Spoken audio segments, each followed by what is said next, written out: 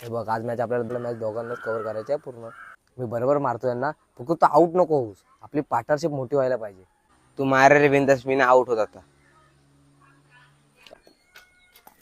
Shot रे दादा, एक number. आज दोन्ही भावांनी असं ठरवलंच आहे की मॅच आपल्याला जिंकवायचीच आहे आणि त्यासाठी हे दोन्ही भाऊ मैदानावरती बहरलेत. त्याच वेळा रिस्की रन आहे, धावचीत होऊ शकतो का? आणि झाला. दोन भावांची जोडी तुटली. फलंदाज धावचीत बाद. काय यार, बोलेलास ना लास्ट पर्यंत सोबत राहीन, गेलास ना सोडून.